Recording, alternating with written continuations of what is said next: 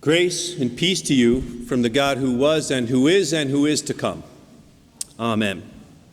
So, between the years for me of when I was 3 years old and I was 6 years old, Monday through Friday, I had a public broadcasting date. I would get there with my little snack and I would settle in for my favorite show. Mr. Rogers' Neighborhood. We have Mr. Rogers fans here.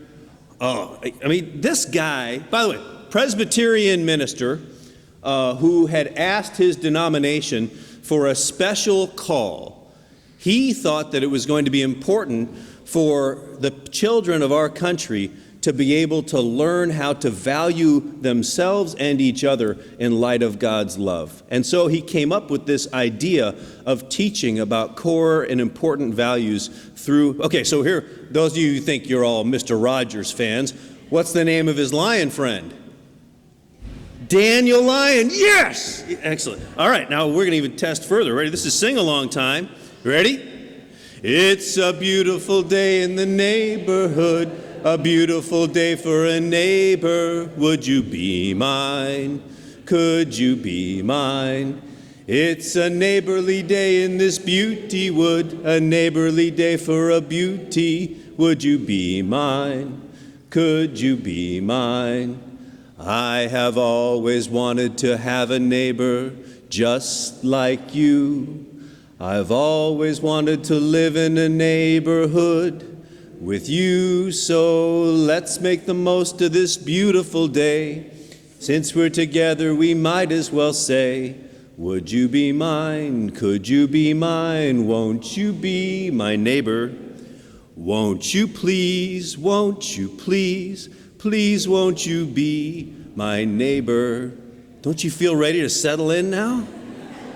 Yeah, and what does he say after that? Hello, neighbor. Someone, an adult, inviting children to be neighbor. It was an important thing. It was important to me. It was one of those places in which I think I found some of my own sense of who I am. It helped me with my story. It told me that the neighborhood was loving. It told me that the neighborhood was a safe place and that there were so many interesting things to learn. Neighborliness is in short supply. Becoming neighbor, learning about each other. In fact, one way to decide sort of what's my personal mission, you may want to do a quick audit and say, do I know the names of the people who live just around my block? Do I know something that's going on, and have we shared a meal together? Well, the ancient public broadcasting network of Jesus' time was mosaics. This is one of the oldest mosaics, or oldest art pieces in depiction of any sort of thing in Christian history. This is on the floor just in front of the altar space in the church that's dedicated to the memory of Jesus feeding the 5,000 in Israel. When you're up on the Sea of Galilee, you look down on the floor and there's this very ancient, probably going back to the year 200, mosaic that's in the floor, and it's of 2 fish and 5 loaves in a basket. They looked at this story, this time of Jesus, as a critical and important story. Yes, it's a miracle story in that sense, but the miracle is really what's behind it, this theology that Jesus was espousing to all the people at the time. It gets right at what he understood God to be and what he understood the creation to be. It is about abundance and not scarcity. You see, in this story, it's almost like there's a test that Jesus does. He takes them to this place. It's a deserted place. And then they raise all the logistical issues. It's not bad to raise logistical issues. But when they raise them, they say, see, there's no 7-Eleven here. It's too late to order Domino's. We've got all these people here, and we're pretty broke. They're looking at what they don't have. They're looking at scarcity. How often This is the problem for so many of the way in which we see the world, as individuals, as churches, as a nation. That we only see what we don't have instead of focusing on what we do have. But all of a sudden, Jesus cuts through all of it. And he says this one thing: you give them something to eat. I believe that when Jesus said that to his disciples, his followers for hundreds of years, and I'd say all the way down to today, have had to hear this as Jesus' call to us. What do we do about the 836 million people in the world who live on less than $2 a day? You give them something to eat.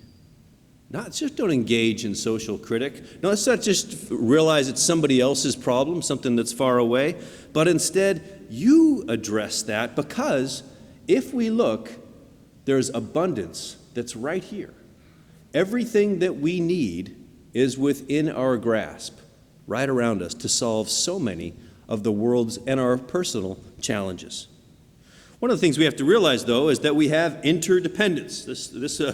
I love that this guy is saying, it's not my problem, the hole is on their side of the boat, all right? This is increasingly, in a globalized world, a stance that is no longer acceptable.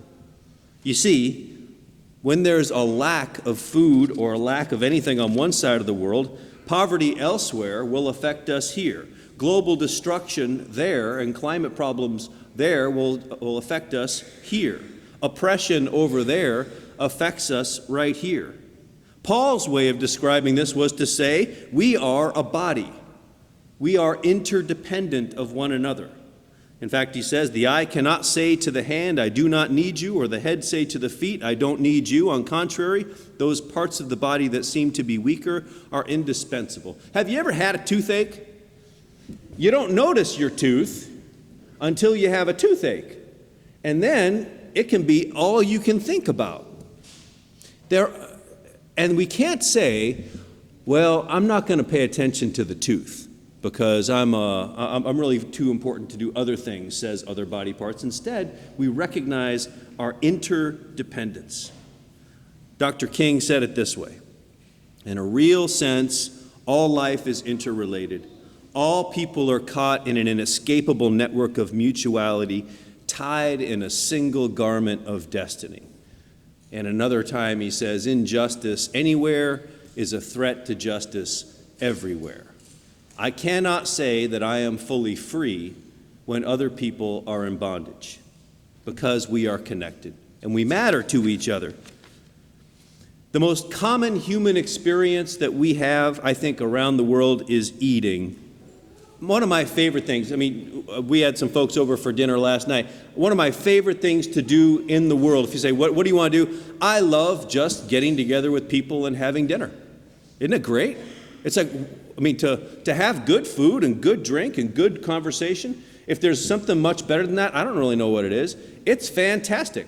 And I remember when I was a kid, we used to go over to people's houses for dinner, and I thought it was boring, right? So you'd be there, and they'd start to talk, and then the worst thing was, like, if you went out to a restaurant and then they would come by and they'd say, would you like more coffee? And I would be thinking, please say no, please say no, please say no, please. But then they say, no, yes, we'll have some coffee.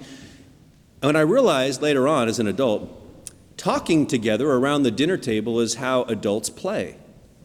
This is how we enjoy each other and have a good time. When we do that intergenerationally, we find that it connects in important ways. It helps us to see our life as full and abundant. These three pictures say whether you are an Italian family or whether you are in Vietnam or whether you're a family of Syrian refugees gathered in a detention or a refugee center, in any of those places, when people gather together around food and when they share about their lives, it becomes increasingly sacred space. It's a place where important things can happen. But here's the truth. Where you live should not decide whether you live. And that oftentimes it's a geographic lottery for us about whether or not we have too much or not enough. And so that injustice is something that has to be addressed. And I want to share with you today some really good news. Back in 2000, a the United Nations set up the Millennium Development Goals. The idea was to eradicate all sorts of forms of poverty by the year 2015. And the 2015 report came back, and we did not eradicate poverty. But let me tell you what happened that was, I think, of note. The number of people living in extreme poverty has declined by more than half. That is, extreme poverty as defined as less than $2 a day. The number of people in the global middle class, which, by the way, is more than $4 per day, that's the global middle class, has tripled. 6.2 million people did not die of malaria, and 37 million did not die of tuberculosis as a result of the work that was done together. When people decided that out of our abundance, we will deal with some of these issues. And the number of out-of-school children in the world was cut in half. Interestingly, the most successful programs around the world were the ones that focused on educating and empowering women.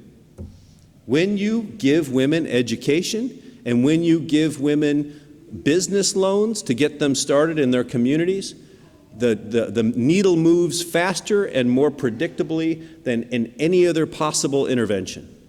Empowering Women is a great book called Half the Sky by Nicholas Kristof that demonstrates how this is true. And when we do that, we see the results.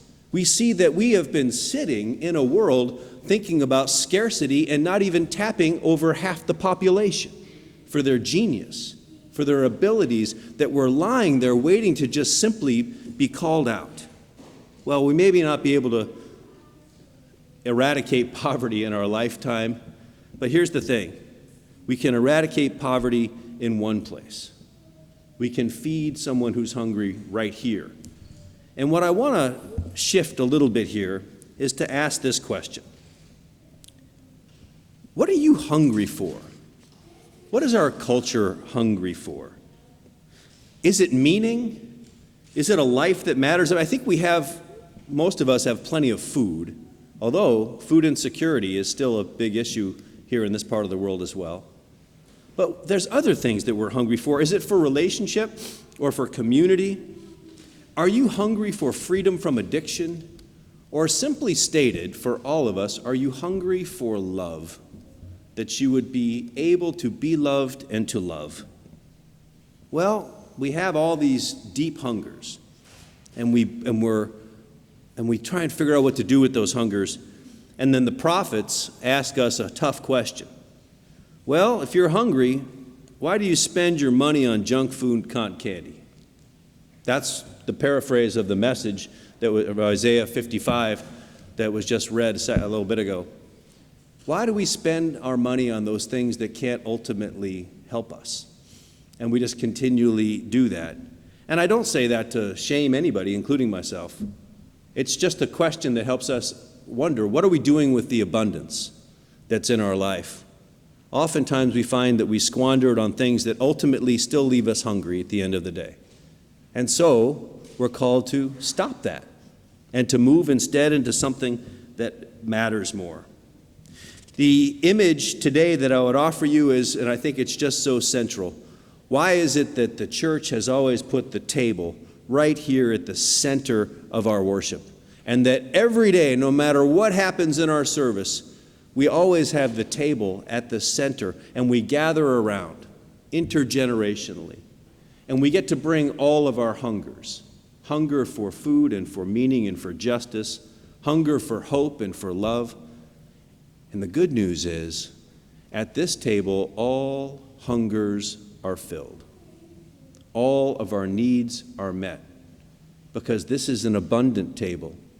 It's the table of an abundant God, a God who literally has the connection to all that exists, and including us, and invites us into that relationship of abundance.